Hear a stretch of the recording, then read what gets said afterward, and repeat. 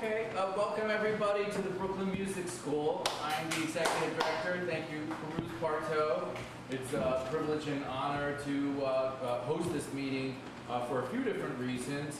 One of the reasons, first of all, is we're honored to have a living legend with us, Mr. Billy Harper. Thank you. It's really great, especially we deal with a lot of youngsters and a lot of children. For them to be associated with an artist like this is, I think, an incredible opportunity for everybody, and we're glad to have him back in this context, and hopefully maybe we'll have him back in other contexts. Part of the great thing about Musicians for Musicians is that it has been able to allow us to develop partnerships with great musicians, and we have Musicians for Musicians to thank for the great Arturo O'Farrell being on our Artist Advisory Board, and we'll be honoring him. The real board. No, it's on our Artist Advisory Board. But yours? Yeah. I didn't know. Yeah. Oh, sorry. So he's on our Artist Advisory Board, and we're going to be honoring him at our gala on October 25th in Dumbo. So I think what that really shows is that we are one big family, we're one big community, and I know Sohrab has done a lot of hard work in trying to create that in regards to music being a vocation and being a real profession. And we are very much about teaching students the basics and principles of music here and getting them to enjoy it and collaborate. But we also want to make sure that we empower people to let them know that making music is still a profession and that there are ways of doing it. And so we are very proud to have Randy and Jason here, and they're promoting their book, which looks like it's a great read. And I guess you guys have been doing the circuit, so to speak, so I know you guys have a lot of information, which is fantastic. I'll apologize in advance that I'll be running in between here and our theater. We have a production in our theater that I'm supposed to give opening remarks to as well. So enjoy the event, enjoy the room, enjoy our guests, and please make sure to follow us on brooklynmusicschool.org or all of our social media. If you decide to post something, please tag the school. And without any further ado, I'll leave it up to Mr. Sohrab. Oh, one more thing. I just wanted to introduce the head of our jazz department, Mr. Jeff Newell, who's here. If you have any questions about programming, feel free to talk to Jeff. I see we have some youngsters here. Jeff has, I think this is his third year having a jazz intensive here at the Brooklyn Music School. And we have a whole host of other great programs here, private lessons, free classes, ensembles, so on and so forth. And we have another one of our own, Mr. Jack Henson, that's here too. Jack, sorry, England lost today, but they moved on, so we're good. All right. Thank you. Just one thing I would like you to know is actually the reason why I invited Jason and Randy is because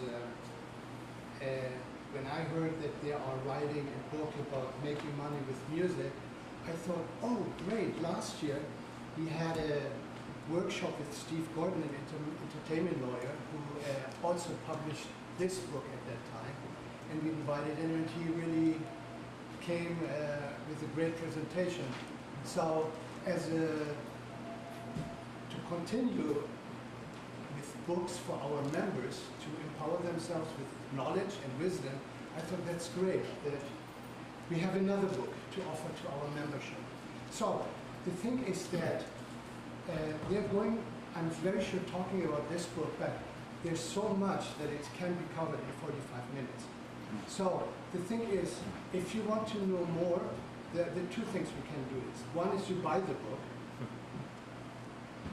because you know, MFM says making music is a profession, which means that we ask to be paid. So when other people do a great job for us musicians, we should pay them, support them as well.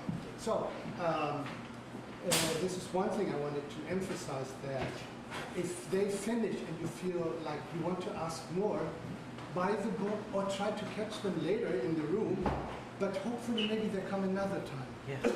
Because the book is published in September, right? September 4th, yes. And they said that they would like to come to New York back to promote their book. So maybe that's another chance to invite them back to MFM. So, Well, thank you for coming. I think that's all the time we have.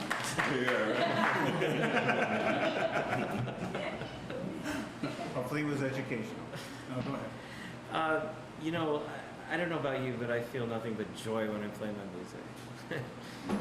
I'm just thinking about that. The hard part is the business part very often. You know, that can definitely bite you. But considering that we've got an intimate room here, and we actually can make it really interactive, and we love it. That's actually one of our favorite things. So we're not here to kind of give a lecture and just say a whole bunch of stuff. We have certainly a lot of information, but we're happy to go back and forth like we were even the other day. A little bit about our background, just a little bit about where we came from and how we got to be here, because it's kind of follows along with what we're doing here. We've released 20 albums and over 500 songs, and we've licensed music to Disney and Viacom. We've written music for TV, films, and theater. And a lot of these things happen just because we put our music out there, to our great surprise. Like the Disney deal came in because of something we put out on our third album. That was a song we were going to drop from the album. You've probably seen this before, but it's like a throwaway song. And then someone likes it and licenses it, and it's out there. Mm-hmm. And what we actually ended up doing at some point is putting out a PDF in January of 2006 called the Indie Band Survival Guide, and it was just the things that we'd learned to date on promotion, publicity, on marketing, on copyright, just a little bit about licensing. We didn't know a ton about it at that point. We've learned so much since then. And to our surprise, Billboard magazine wrote about it, and you love talking about this. South by Southwest, which year did you think it was? I think it was the year that, was it 2006? It would have been 2006. But it was actually, the PDF that we put out called the Indie Band Survival Guide actually was picked up, some unbeknownst to us, at South by Southwest, which is where the music industry kind of talks amongst themselves. And they actually had printed up copies of this PDF, 101-page thing, and passing it around saying, well, this is where the industry is going. Everybody's going to have to do it themselves. And these guys out of Chicago or whatever are talking about that. So that was interesting to us. But we learned about that later. All we knew was we were contacted by Billboard, who wanted to do a story on us, the Associated Press, then after that, Reuters. And the next thing we knew, we got contacted by a literary agent, and he said, hey, have you ever thought about making it a book? We said it was a book. You can download it on the web. He said, no, a dead tree version. Dead tree version is actually paper. So we're like, yeah, okay. So we said, oh, we'll go out and do that. And then he convinced us, you have to write a book proposal and say what you would do and how you would write it and all this other kind of stuff. Next thing we know, we wrote the Indie Band Survival Guide, the DIY Music Manual, which is actually out in the UK with Random House. Indie Band Survival Guide is actually with St. Martin's, which is here in New York City. And we ended up writing the second edition from that, so it's sold out of a lot of printings. And then the third edition is actually going to be the Making Money from Music edition, where we've centered everything on and focused on how do you make money from music, because that's what musicians actually want to know. And in particular, we've done nothing but research those ways. Some of you might be familiar with the Future of Music Coalition. Michael Bracey founded it. He put out a study that was the 50 top ways musicians made money. And we found that fascinating. And then they've updated it since then. But it really formed the basis for the initial list that we put together of all the ways that musicians made money. But we realized really quickly that there wasn't just 50, there was 51, 52. Before we were done, at this point, we're at 293. And we keep researching it and finding more and more and more ways that musicians have made money from music. And it's not just, of course, about the music. And unsurprisingly, if you really think about the artists that have made it all the way to the top, some of their income just comes from their persona, from their brand, from who they are, that they put their name on it. And so there's a whole set of aspects of all these things that come together and merge together. We're going to talk about a whole bunch of different ones, but I'd like to start out by talking about some of the key concepts that we found that other musicians have used to really make it successful. One of the top ones is about segmenting their customers. We found this to be a really surprising thing that came together from not just music and not just music books, but business books. You'll find that if you take, for example, the video game industry, which lives and thrives on metrics, they're hungry for metrics. They use metrics to make decisions. They don't do anything without consulting and seeing what the numbers are. Every click you do on your phone is recorded, and they use that to make decisions about what to do. They classify their customers in 3 different categories, between minnows, dolphins, and whales. That's actually the terminology they use. And it's great because it makes you think, okay, who's the minnows? Okay, they're giving you like $1 or up to $20 maybe. Then you've got your dolphins. They're, if you're thinking about a live show, they're the ones who are buying the t-shirts and a couple other pieces of merch. But the whales are so important to them that they actually focus everything on trying to get them to pay money. And these are the ones who are giving you quite a bit more. In the music business, I'd say they're giving you $50 or more in a night on stuff. And if you think about what they need, just to give you another business parallel to this, the casinos actually have a profit and loss statement on each of their high rollers. That is as if they were a business. We spent this much to grab a helicopter and fly this guy from California into Vegas, and we paid this much for whatever it is, the free meals and the rest. And here's how much you gambled, here's how much you won or lost. They actually have it down to that. So those whales, those top end ones, are the most important ones, are the ones to focus your business on, which means as it relates to the products, merch, and experiences that you put out and make available to them as products, need to be aimed at the whales, because they will give you 50 to 80% of your income. This is based on actual, metrics and numbers and everything that comes together.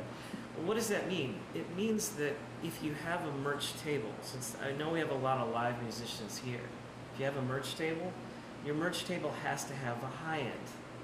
It has to have things that they're going to look at and say, I've got to have one of those. And that thing should be like $100, $200, $250. It should be high-end item. And you could do that for each piece of merch that you have if you really think about segmenting it out. So what I mean is, in a poster, you can have a little mini poster that just costs $1 or $2, so that your minnows has something they can pick up. Full-size poster for somebody who's wants to get something nicer, and you can even do higher grades if you want. And then, of course, the whale version is a frame poster. Now, here's the great thing. Even if you never sell that frame poster, even if you're charging $200 for it, that will make more sales down the line. And it's a psychological thing. It's something, and I talked about this the other night for those of you who were at the Carnegie Hall talk. There's a book called Influence, The Psychology of Persuasion. It's by Robert Cialdini, Dr. Robert Cialdini. And he literally just researched all the ways to influence people. Here's a few that are directly related to this.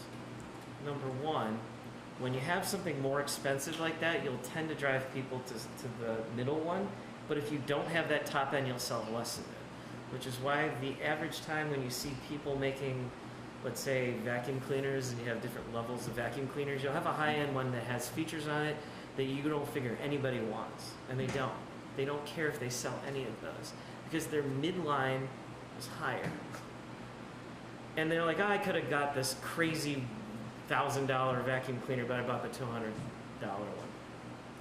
And so your products can always have a high end that drives the others. Here's another thing that's straight out of that book, the Influence book. It's really handy.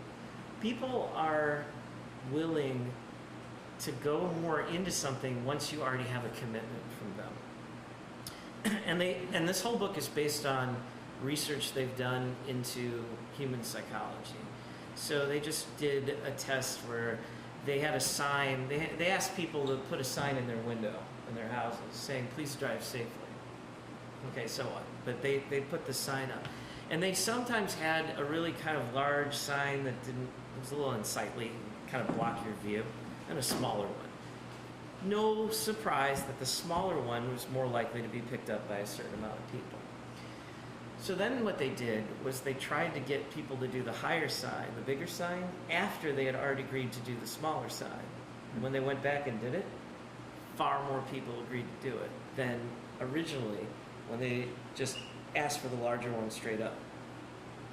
Which means that once you can get a commitment from somebody, once you actually know who your customers are, minnows, dolphins, and whales, and you get them to commit somehow to you, you can always upsell them with something bigger, and you're much more likely to succeed at that.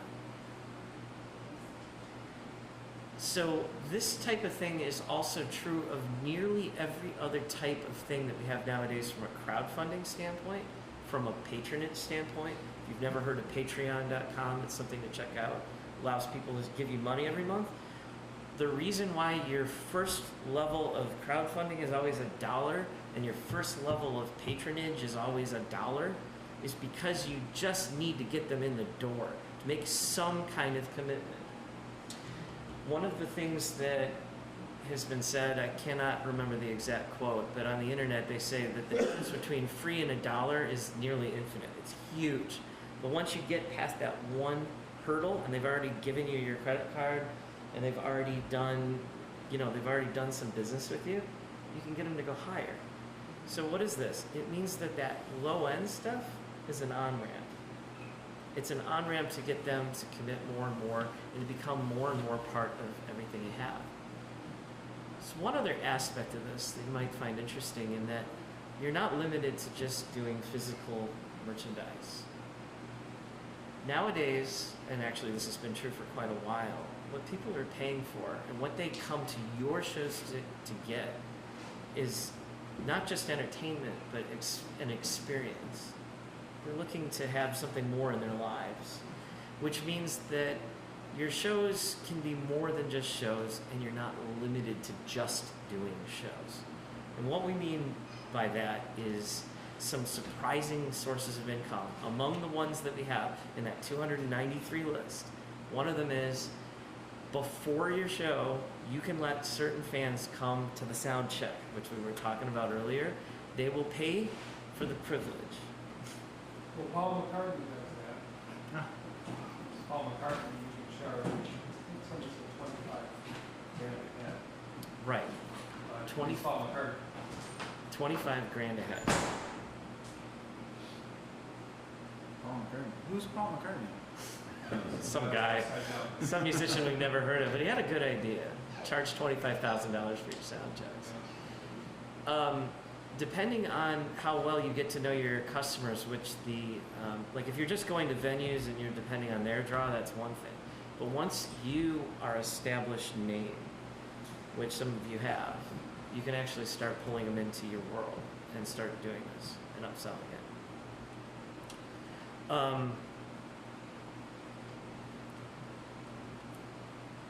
The other aspect to this is on trying to get multiple income streams together with the exact same show, with the exact same things that you do. This ties along very nicely with what we talked about previously, which is that once you get somebody to commit in some wise, you can actually get them to raise it up and go higher. And what we mean by this is, here's kind of a way to think of blending all the different sources of income together.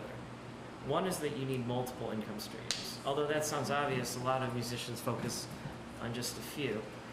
Sometimes the person to do this, just keep in mind, is not just the musician, it's the manager. It's whoever's putting together the act in the show, because they're the ones who are worried about your whale customers and trying to pull it in. The other is that manager would want to blend the active and passive streams of income together. The distinction between those two are that the active sources of income are the ones where you're trading time for money, which means that if you're sick, if you're not doing it for whatever reason, if you're out of town, you're not getting that source of income. The passive income is the income that comes to you no matter what you're doing with your time. And that's things like royalties. That's things like licensing your likeness and other aspects of it. All of that comes together from these these passive sources. And as we went through that huge list of nearly 300 sources, some of them were active, some of them were passive. Passive are harder to develop, but once you get them, the nice thing is they form a nice base. And probably the most interesting thing is that the patronage that we talked about earlier, when you get people directly supporting you on a monthly basis using some of these sites, once you start pulling all this kind of stuff together, patronage becomes a passive source of income because they're going to pay you monthly no matter what you're doing. You do need to give them rewards that they care about, but they don't need to be the active sort of rewards that require your time. And that becomes a nice base set of income that becomes consistent income compared to the inconsistent income. That's another blend that we've seen. Also, are stacking the parallel sources of income. So multiple income streams is one thing, but on a single show, what we found all kinds of artists doing, and I know that you have to be equipped to do this kind of thing, but if you can stream your show, for example, you can actually charge pay-per-view for the stream of the show. At the same time, you're charging for tickets for people to see you in person at the show. Is that an aha moment? Facebook Live is one thing. Let me blow your mind even further. There are sites besides Facebook Live, which that's free. Although I think you can limit it in Facebook Live. That they can actually take people's payments and do pay-per-view events just like a fight or something like that. Yeah. A band can do that now? Yeah. Absolutely. We give away our stuff for nothing on Yeah, Facebook. that's the point. They want you to, but you don't need to give And it you can't away. even save it. The save process is so arcane Yeah. that it disappears after 3 days, and then people, we end up slugging each other, thinking, well, it's a It's one of the 8 million links that we have in the book. That's one of the few I don't remember off the top of my head. But you just no. Chertkow would do it. Yes. Show.co is one of the sites that will do it. Show.co. Show.co. It's a sort of a pay-per-view for streaming. Show show.co. But that's not the only one. There's a number of places that will charge for premium access to a stream. And so if you can get a stream off of a show, which a lot of you can, a lot of these venues have it anyway, grab a feed off of that. Once you establish that relationship with your fans, then you actually have something you can pull them in even further. Or you can make it a part of a patronage award. So it's not just, I'm going to pay you, I'm going to charge you to get access to this one show, but if you give me $10 a month, you get access to our shows. See how that works? Can I add a couple of them? Yeah, please. Other services that can pay you for participating? Is it YouNow? YouNow is one. Yep, YouNow.com. Yep, that's one of them. Stage It. Oh yeah, Stage It's a good one. StageIt.com. Concert Window. And Street Jelly. Yeah, Street Jelly is They all have these it's wonderful names. surprisingly a good one. That one actually got a lot of buzz for a while. The interesting thing about these sites is that some of them also allow you to do online tips as well as charging. So you could also do it for free and just say pay me tips. Mhm. So you can flip it and do it that kind of way as well. But don't think just because they're paying their way onto the thing that you can't also get them to pay other things, because now you've got them and they're already paying you something. You can still charge for access to the recording after the pay-per-view event. Even after that, because they may have loved it so much they may want to buy it. And so now you're monetizing the show because you get the door, you're getting the pay-per-view, and now you're getting the post-sale. Plus, How do you convince a club, for example, Smalls, how do you go to Smalls? do you get the stream afterwards, or can you get the stream afterwards? You mean, can the musician get a copy? Yeah, Correct. yes. I don't know, good question. Because that is something that, this is part of why when you're a musician, you do need to develop a following directly, because you're all worldwide artists, obviously. We're all international artists for the second you put your stuff out there. And when you're streaming, you're international because you're putting it out there. But if you develop that, whether the site is streaming it, they want your stream afterwards because they want to hear what you've got going on. and they want regular content. People are the amazing thing to me in today's world is, in spite of how much content there is, which is an overwhelming amount, people still always want more. And what I mean by that is, you see people waiting at a traffic light just about as a pedestrian. Unfortunately, also when they're in the car, they're checking their phone, right? I mean, they're looking at stuff. They're actually even sometimes checking for entertainment, for distractions. That's what it's all about. And so, from the point of view of your direct relationship with your fans, which you may or may not want to develop, I can understand if you don't. I'm just speaking to the people who do. At that point, one of the cool things you can say is, "Hey, I just played a show last night, and here's the stream, and you can buy it, or if you're a patronage member, you get access to it when it comes out." What was that last one, concert, what? You had stages? Street Jelly, Concert window. concert window. Street Jelly? Yes. Streetjelly.com. I know it's a weird name. I don't care about the name, I just want to know what That's what it is. Hey. Yeah, I always say a good name is one that you could say while drunk in a large bar, and someone else could say, "What? Okay." You want tip jars? That's what wins. Yeah, tip jars would be great. Here's some tip jars. Thanks. Where people can electronically do that. You already know about PayPal Me, right? I don't know PayPal.me. about any of this. Okay, PayPal.me. These are tip like jars. one way that It's a somebody can concept. always give you money, right? If you're signed up, you can take money if they have PayPal.me. Yeah, so, It's so like a check, let, but electronic. let me roll it back because I hear where you're coming from. Yeah. We're just talking about tip jars as a concept, but let's call them digital tip I jars got a now. picture right here. Right. Yeah, That's that's right. an analog. That's an analog tip jar. Here's the problem with analog tip. We got analog instruments That's okay though. Here's the thing about too. analog. The analog tip jars is that people don't carry cash around as much, and so there's also a digital thing that you can have if you want to be able to take credit cards called dip jar. Yep. Okay, now, I play in the street, Yeah. so you're right. What is it? Here's a whole bunch. Ready? Go ahead. Yeah, well, let me put it in the. We've got a whole we've got a part of the book that's just about this as well. Yeah, this is like even on street performances, you know. We have a There's a couple section things that we here. can talk about. Yeah. Go ahead. You already got the first couple, but set out a tip jar, which you've done, analog one, or donation box, and then you got these digital ones. So we were talking about PayPal.me, Okay. mobile apps like Busk.co, Busk.co, which is actually a site that's all about street performances Yeah. and how to actually get you to get more money through street performances, and actually to celebrate street performances as well. Showslinger.com. Show Slinger. Showslinger, yeah, like gunslinger, Yeah. showslinger.com. Good name. And here's the other idea. If you have a Patreon page, you could use a QR code. Yeah, there We'll we show go. you- We're gonna get. Well, I'll show you what it looks I like. think we need to talk about that. And then you can actually point people instead of when they take their phone out, instead of videotaping you, they could be, hey, Well, yeah, pointed at the QR code and drop me a buck. If I can get them to, instead, of reaching the pocket of a dollar, grab their phone and just flash it at something. You got it. So I was just What will do that? just about to say that. They have their phone out. The beautiful thing is Yeah. with things You're like almost there. you're almost there because Exactly. the thing with QR code.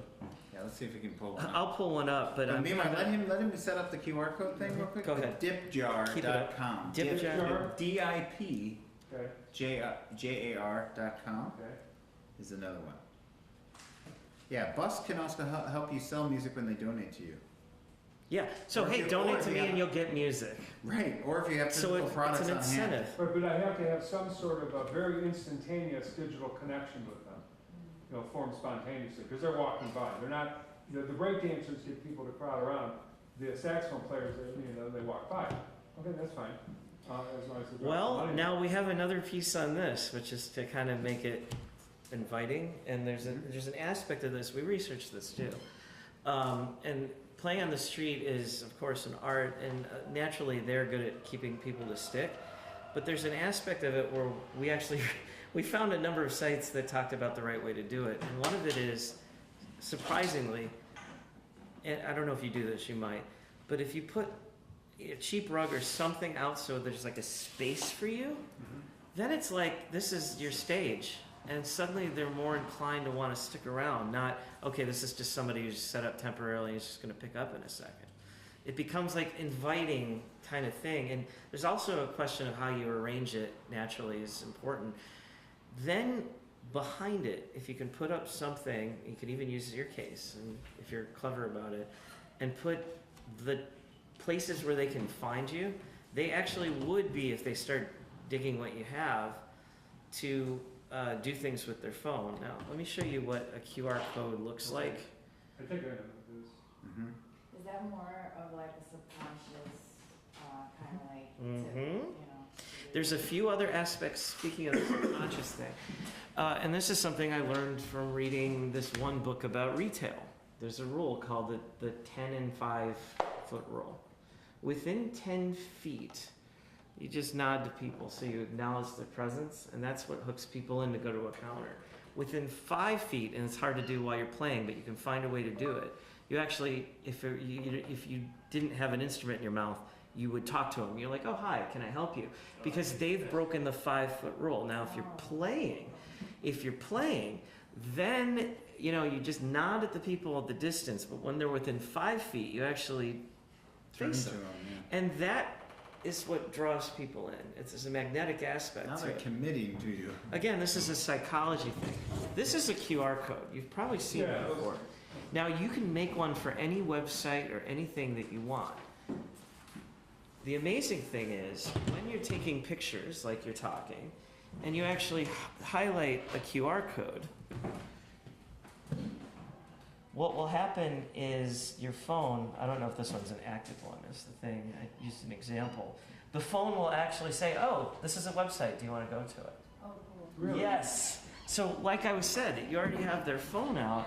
Oh, it's like an ID to direct them So to all. you're saying Yes. kind of Got poster with this QR code on it displayed prominently, and they're taping me and all that. I might have a little thing, you know, if you like, tape all you want, notice this QR code. Yep, and then the QR code can send them anywhere, including places to buy merch, buy your music, to go to your patronage, which we talked about as a monthly thing. If they really like your stuff, they'll do that. You capture it then, especially when you say, you know, hey, I've got regular on patronage, or get a free song, tip and get a free song. Well, how much more likely are they going to be to do that once you get them like that? Yeah, right. And the thing about Busk and some of those other apps is that they're not just transactional apps, which is like, okay, I'm going to a store here and I'm buying a candy or something and leaving. I never get to know who they are. These sites actually give you a relationship with the people when they leave. And so then you could start sending messages to them and saying, hey, I'm playing on the street over here now, or I'm playing at this venue at this point. Mm-hmm. And you start developing your direct audience just from playing on the street. Also of a virtual bus, somehow they have a digital presence where you can't attend this bus, you know, in real life, you can digitally, and you can contribute later. So, okay, so this leads to a really, what you're saying is absolutely the case, and you're going to love this story. One of the things that we ran across that we're really enamored of was this one woman, her name was Claire. I'm trying to think of her last name, but I can make sure that you get the article link. But in any case, she played on a boardwalk of some city. It was near the water, and it's like a touristy area. She played for hours, wasn't making a ton of money, but enjoying it. And then she realized that she could angle her phone at her while she played. And then she figured, well, hey, wait a minute, I could get on some of these streaming places. So she started to stream it for free. For free. So just like you're talking about Facebook, you're not getting anything out of it. But then because she did it so long, so many hours, because she was doing it, she had people online just loving her playing. But then it kept going because they started to get more and more into her world, and they you know, started to make requests, and she was interacting with the people on the phone even more than the people on, you know, real life on the little boardwalk. And then she started to do these various things that got them.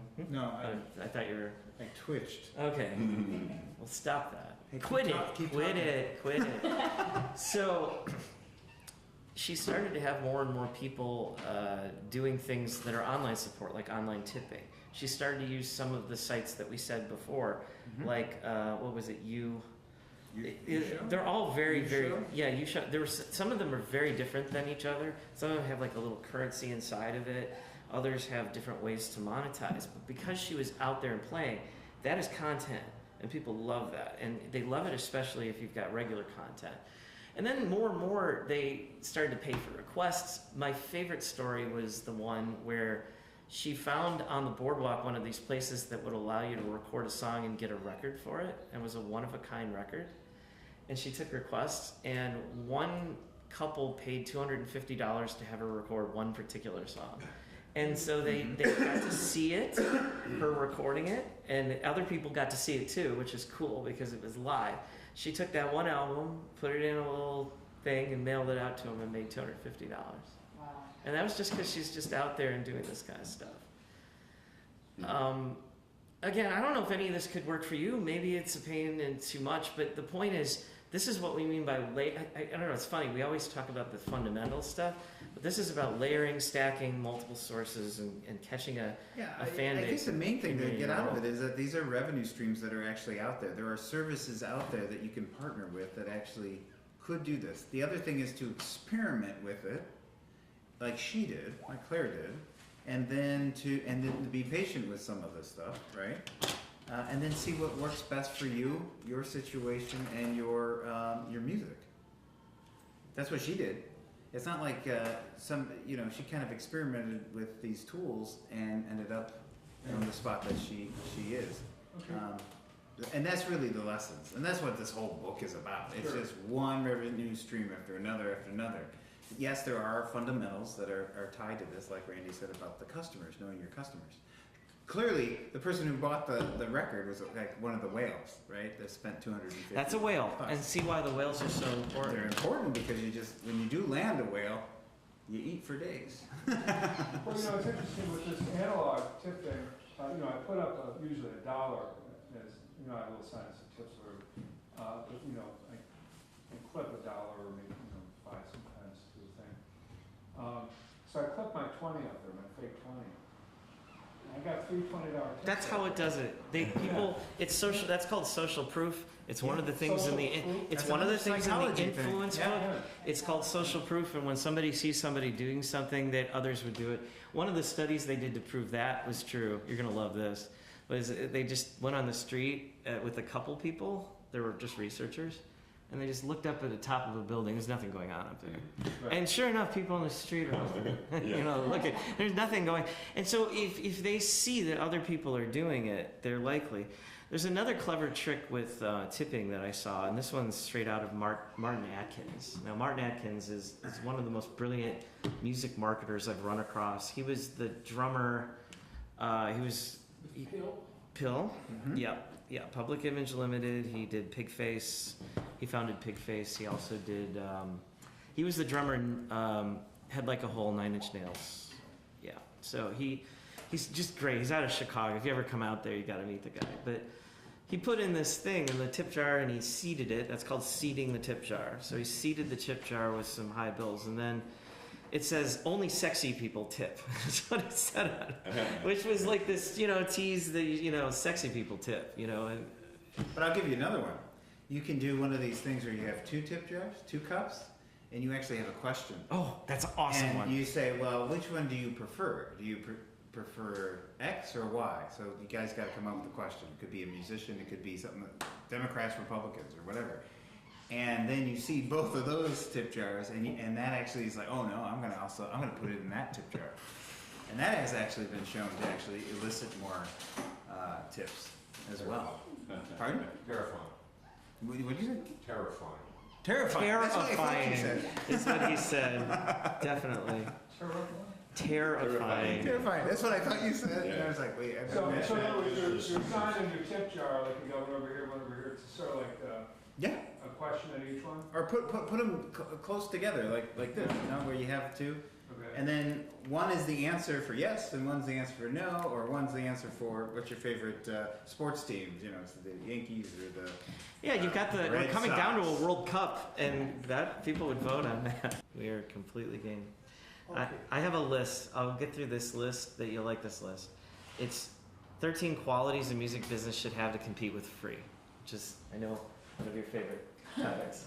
Quality to compete with. To compete with free. So we all know, like you guys have already said this, that it's like, well, our music is just being thrown on Facebook and it's free, and it's always free, and it's always free. So how do you compete with that? How do you? And not only that, how do you compete with the fact that there's a lot of free other stuff out there? Yeah. Yeah. And there are ways to do it. There's real ways. And this is another thing we researched. And it started from one blog article we found, but then we kept expanding it as we usually do. We kept finding other things and other people who do it. Here's the list, 13. Number 1, live experiences cannot be stolen, pirated, you can certainly do it for less, but it is something happening live and now, and there's something about it that's distinct from everything else. There's a lot to it, of course. We speak to a lot of digital musicians, people who just record. So they, like you guys who play live, are like, yeah, I get it. But that's kind of an eye opener for some of the ones who just record music and put it out there on the web. It's like, where's your live experience? Where's your time and space? But let's amp this up a little bit too, though. Broaden it, because it's actually not live shows that we said. It's live experiences. Right. So a show is one thing, but you can add actually quite a bit to it. One of the things we can recommend. I don't recommend too many things like offhand. Like we'll usually give you a bunch of links like we do.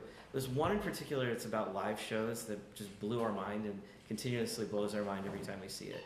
Tom Jackson Productions is the website. Are you familiar with Tom Jackson's work? Yeah. Yeah. Anybody who is going to nod and say yeah. He talks about the language, the physical language of the show, and talks about the fact that I guess I could say it best like this. He will take a band that he's working with and record them on video. And then he will play back the video, fast forward it to some random place, mute the sound, turn it around and say, which song is this? Which song are you playing right now? And if they cannot answer the question, they have not made the songs look different, even though they sound different. And so he talks about how to use the stage. And actually, we do some of that when we talk and we have a stage. Like right now, we're behind this. And it's a little harder as sax players, but I actually got a clip mic just so I can get moving around. So whoever's soloing obviously should be out front. That's one aspect of it. But it goes bigger than that in that you can actually make the visual experience match the emotional experience that the music is creating. And when you merge them together, it creates what he likes to just call moments, which are these moments of connection. We've all felt that at different times, that connection to the fan. But it's not quite choreography, but when you plan your shows to include this kind of thing, it comes together. That guy, I'm not going to say anything bigger because some of you have heard. You know what I mean. Yeah. I've seen him. Isn't it mind blowing? Perfect. I've seen him take a band and in 20 minutes transform them from crazy, unfocused energy to a super mega star sing ensemble. Yeah. His work is amazing. And as an audience member, you feel it. You feel it. And you're like, that's what it is. Yeah. And then as a musician, I'm like, oh, I need to replicate that so my audience feels it. Yeah. And so he's onto something. He's tapped onto something really good. I've often thought about this. There's a lot you can do with your live show to make it so that people have to come back and drag their friends along with. And that's what he does. Here's trying to get through the rest of the list as quickly as possible. Right. When you make a show, people are actually in their entertainment looking for actually both. This seems paradoxical. They're looking for both certainty and uncertainty. They kind of know what they're going to get, but they want to be surprised as well. You get too much certainty, it's boring. Too much uncertainty, it's chaos. But you blend the right kind of thing that they know they're going to be surprised and it comes together. In Chicago, Blue Man Group's been running for a long time, and they do actually a good job of blending the two. And if you're thinking of the show elements, not just the songs, not just the music, but the experience, you can blend that in. That is what makes people open their wallets. Connections, this is number 3, it's pretty big. Connections with their identity. So there's some types of artists that do a really good job of speaking to who people are, so that when they come out, they say, yeah, this is me. Those of you who are doing jazz is a part of an identity of somebody who's coming out and seeing it. And if you actually play that aspect up, you might be able to connect it. But it can go beyond that. The ones who do it really well, just to use an extreme example, and I'm going to actually reuse them in a few of these categories, are things like, have you ever heard of juggalos? You ever hear of that kind of music? It's pretty crazy music. It's these people, they invented this entire world. And this ties to a few other things, so I may as well tie it in now. Themes is another part. This is also related to themes. So people pay for themes, they pay for connections, and they pay for, I'm going to leave stories for a little later and some of these other things. So this is like a theme and a connection. The fans are derided throughout everything because these guys dress in clown makeup, not just the bands, but the audiences. And there's such a huge group that they actually marched on Washington in 2017. You can actually see the pictures. At the same time, they had a Trump support march, and it was very funny. It was hilarious. I mean, the result was, you've got to see it. Just look it up online. Check it out sometime. But anyway, this whole theme that they have is kind of let your freak out. That's their whole thing. They sell the clown makeup. They sell all the paraphernalia related to everything about this identity that people have. And the theme is obviously this clown thing. They took it to such an extent, they've merchandised it in a way that I haven't seen very many things do it. The closest I can come up with is Kiss, that there's ever done anything similar. And what I mean is, it's not all about that. It's also like there's these videos they make. They're very low quality, low end things that are about these ultra violence with clowns and all this. And people buy the videos. They buy the merchandise that they have is ridiculous. But it goes well beyond just the music. Now, I'm not saying you have to wear clown makeup or do something like this. But there's aspects of your identity that you can pull into it, and it's just sort of a generic, not a generic, but a high-level theme. A few other things. Authenticity. That one's fairly straightforward. I won't dig into that one, but it's, the more you can keep it real, the more that people actually want authentic emotions. They want authentic experiences. Unique interpretations. That's what jazz is, right? There's all these covers that everybody knows right out of the real book, but it's your version of that they want to hear. And so they'll come out and see you even though if everybody else is playing the same music. If you can really put a spin on it, as you said that you started to do with some of your Afropop, some of the other things that you were working on, if you amp that up even more and sharpen it, people will come for that even though there's other things that are similar. I think so. Yeah. You know what I'm saying? Stories are incredibly powerful things that I think drives nearly everything that we're doing here. And you can actually weave a story around your show as well. You can actually weave it around multiple shows and get people to come back. You can also weave it into your web presences and everything else. I won't go into huge detail on this, but there's a lot of clever things you can do with stories pulling it. Number 8 is pretty key. It's ideas turned into real things. The way that the business magazine put it, which I thought was a little hard to grasp when the way they said it was embodiment. And what I mean by an idea turned into a real thing, it's your logo that's on a t-shirt, now it's real. It's a keychain, it's real. And it's not just about merchandise. It's also about experiences. So if you talk about an idea hey, I'll just talk about one of them. There's a band, and I'm reusing this one but in a different way. There's a Celtic band that we know. They just play traditional Celtic music, the Irish drinking songs we've all heard before. But they had a really good and engaged fan base. And after that fan base got into it, they actually toured Ireland. They said, we're going on an Ireland tour. You want to come along with us? You'll have to pay this much, but you can tour Ireland with me. They paid for it. And they paid for it because it's a real experience that was kind of came in. That's yet another way also to make money from your fans. They just want to hang out with you. Another idea for this was a cruise. There's artists I know that did really well. They performed regularly on the cruise, but we're gonna do this big cruise. They actually not only captured money on the front end of that, but on the back end of that, tips. Everything else came the other side of it. Personalized or customized products. What is a personalized product? We just talked about one. That one Claire made a one-off record for somebody. That's not hard to do from our standpoint. I mean, you can pull these things together and make them customized. Here's another customized product. Just recently, for a friend of ours, we made a song for someone's wedding. Commissioned us to do it, and gave like kind of their story. She even wrote some lyrics. It wasn't a musician, so they weren't the best lyrics. But we worked it.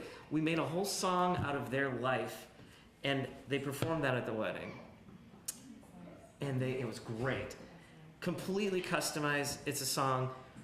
We're good at writing songs. It doesn't take as much to do that. It comes together. Number 10, whenever you make something scarce or rare, the more rare something is. I love talking about this. I talked about this the other night. You'll remember this. But I even brought it up.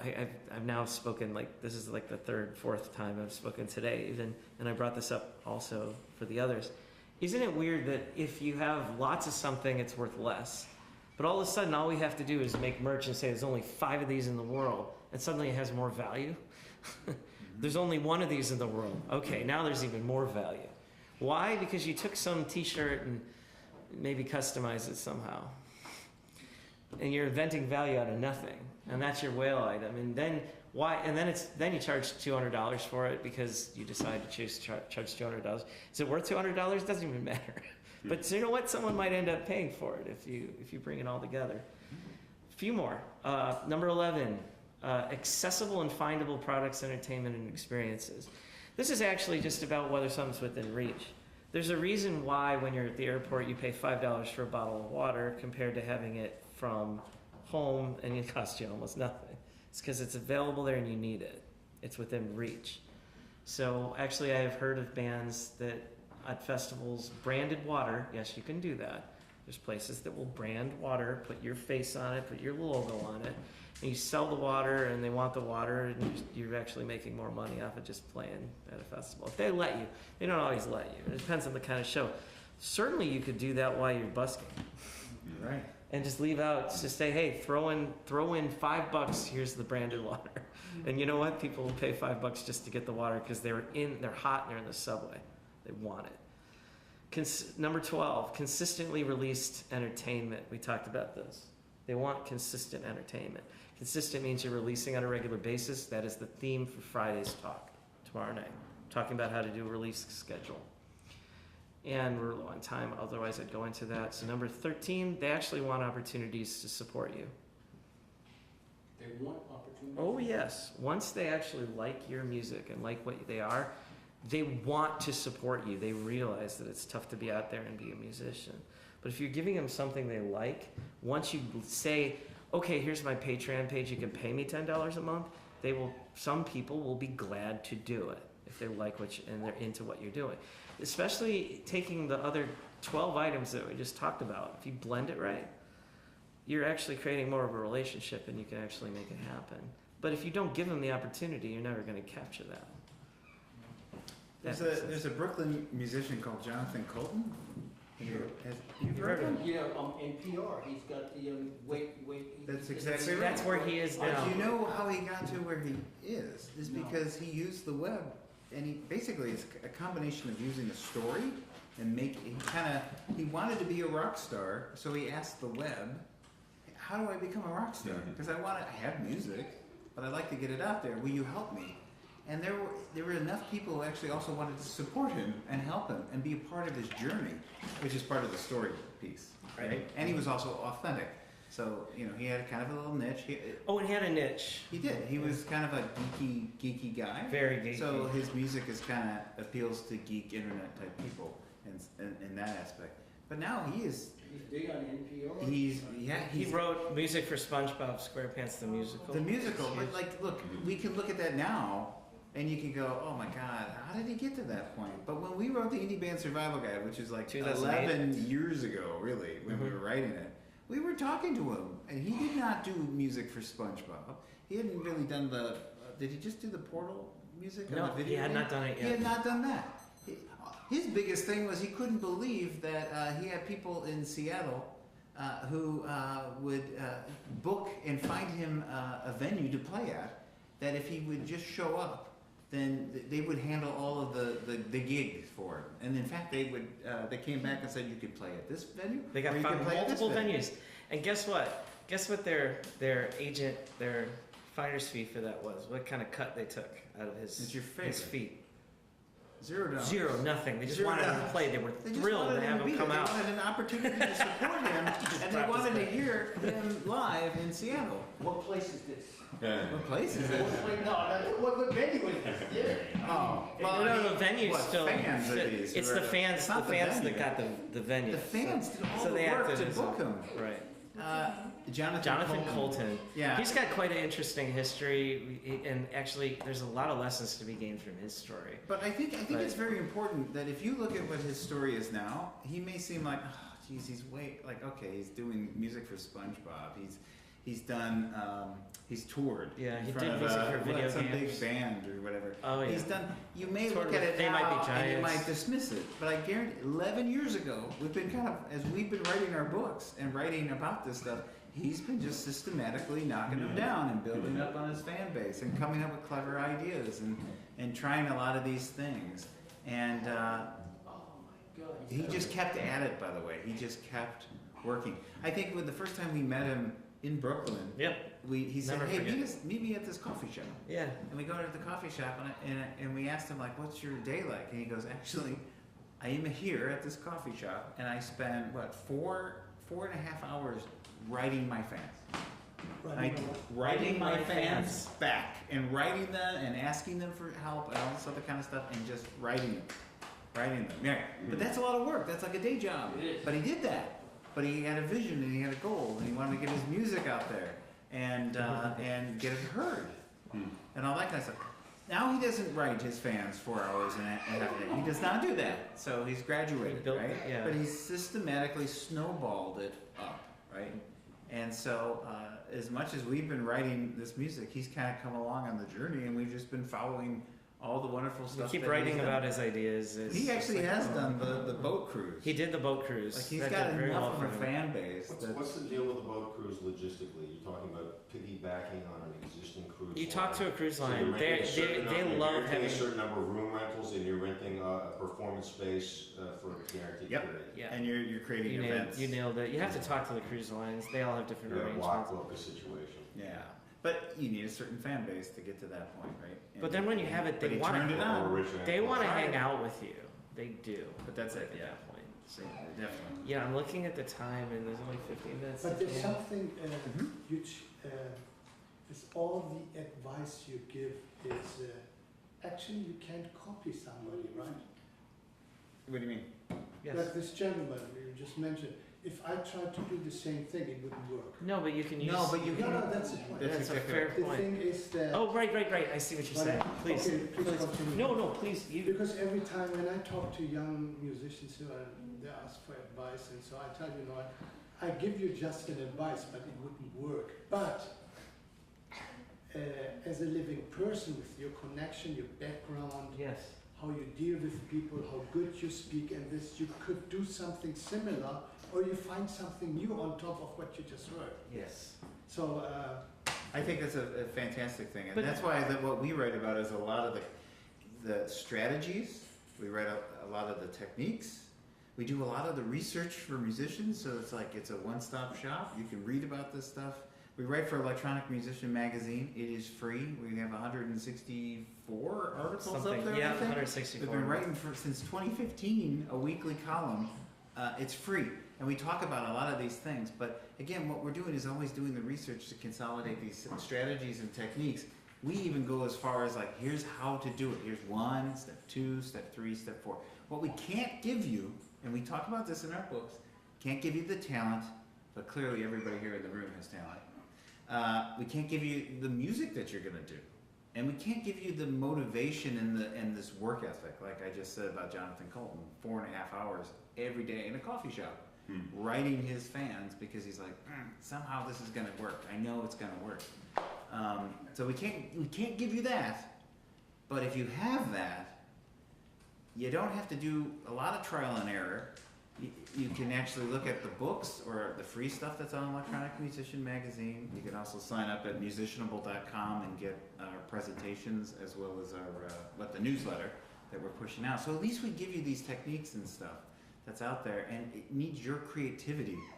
That's a big thing where we press a lot. It's like, if there's one thing musicians have, it's creativity. So it's like, take these things, but then apply your artistic brain to some of these techniques. Think, how does this work?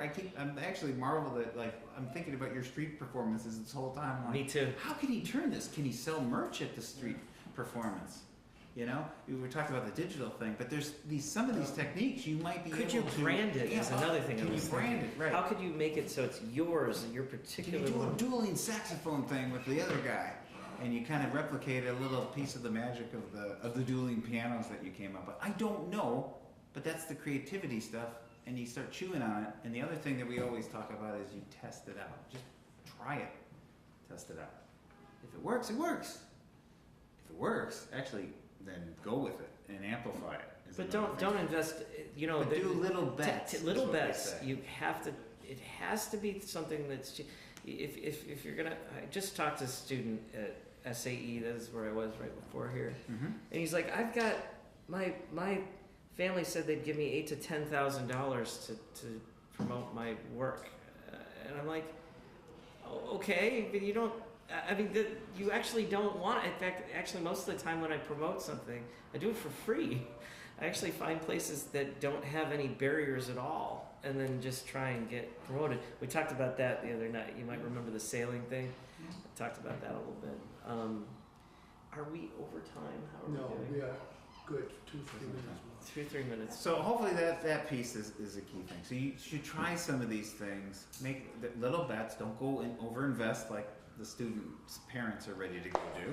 It's like, try it out. If it works, or it sparks something that you angle it slightly different and it pops, go with it. Lean into it, and then boost it. That's what we're trying to. That's another concept that we found similar to most successful artists, is that they all, once they found out where it works. This is also true of that the video game industry I talked about, who lives on metrics. Once they find something that worked, that's what they invested in, and they focus on that. And then they got rid of the things that didn't. They just dumped it because they don't have the time, energy, money, etc. There's a big part of this that's that cycle where you're testing. Claire didn't happen on this whole audience thing. She just said, "Look at this." Just start live streaming here. Yeah, live streaming. Busking, right? So that's good. Good. So, what did we learn tonight from these two gentlemen? I just have a quick question. Yeah. What's the number two quality to compete with for your MFM? Certainty and uncertainty. I can list them really quickly. Live experiences, we talked about that. Certainty and uncertainty, connections with their identity, authenticity, unique interpretations, stories, themes, ideas turned into real things or embodiment, personalized or customized products or events, rare products or experiences or scarcity, accessible and findable products, entertainment, and experiences. It's about the accessible part. That's the key. It's within arm's reach. Consistently released entertainment and engagement. Actually, the second part is what Jonathan Colton did when he answered people's engagement. 13, opportunities to support you. Here's the thing, let's help you out. So there is a way to actually make a CD for $0. Physical CDs. Physical CDs. You, as a street, if you're on the street and you want to get some merchandise going, you could put out CDs. Now it becomes a question of like cash. Oh, wow. It's like people have less cash on their hands, so do they really have CDs to actually put in? But there's other things you can do. Customized USB drives, right? Yeah, those are great. My shows. Pardon? So I sell at my shows, my merchandise. I sell USB drives that have both MP3 and WAV files of like. That's what I would tend to 3 do. or 4 or 5. Rather than CDs. Oh, yes. My CDs, and I say, buy one of these for $20 and you. That's exactly 20, and they're more likely to spend $20 on something like that. Music in there, and so. Because they can use it after. Like that. They do. There's also a service that is called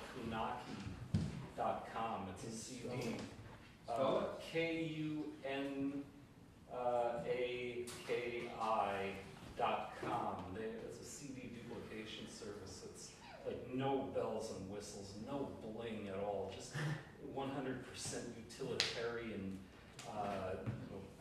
Borg mentality. You can like set up a release for nothing. You know, just upload all your stuff. They got tools to do the artwork, and you can order as few as one and as many as 10,000, and you know, and that way you don't have excess CDs laying around. That's exactly right. I like a flash drive idea. That's brilliant. Yeah, no, you can actually up both of those, because you use something like CreateSpace, which is similar to that. It'll put it on Amazon for you, and so you can have CDs for sale on Amazon for nothing, because they literally pay, like when your customer buys it, it pays for the production costs. Right, so it says order. Further, here's another one up on that. And we're always talking about making things premium and whale-sized products.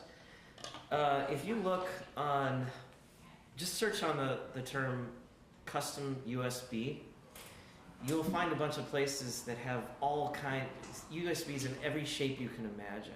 Like you can find a saxophone-shaped USB. Took the words out of my mouth. There you go.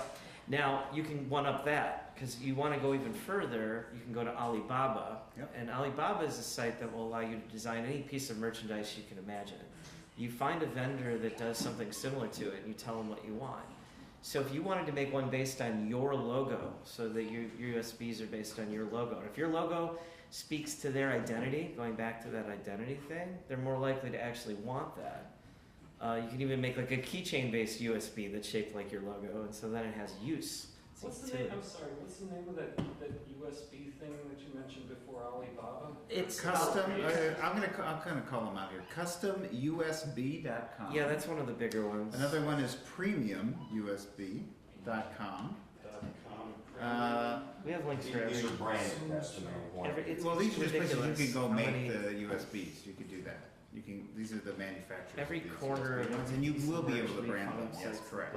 Every single You'll purchase thing you them can imagine. branded. You will It's just you purchase have to them give people branded, the and ideas to do it, let them discmakers.com be is creative actually they about do what to USBs as well. We can't tell them what Then to there's do. Alibaba, which is this incredible site that's like whatever you can dream, you'll get some Any kind of merch, not just manufacturing company USBs. that They will will actually make it for you. They will make anything Yeah. you can imagine.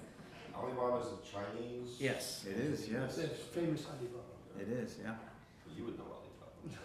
If you Yeah. It's explore like it. the Chinese Amazon. It is, but it goes beyond that, because they get you in touch with manufacturers and let them bid on making a thing of whatever description, whatever you invent in your head.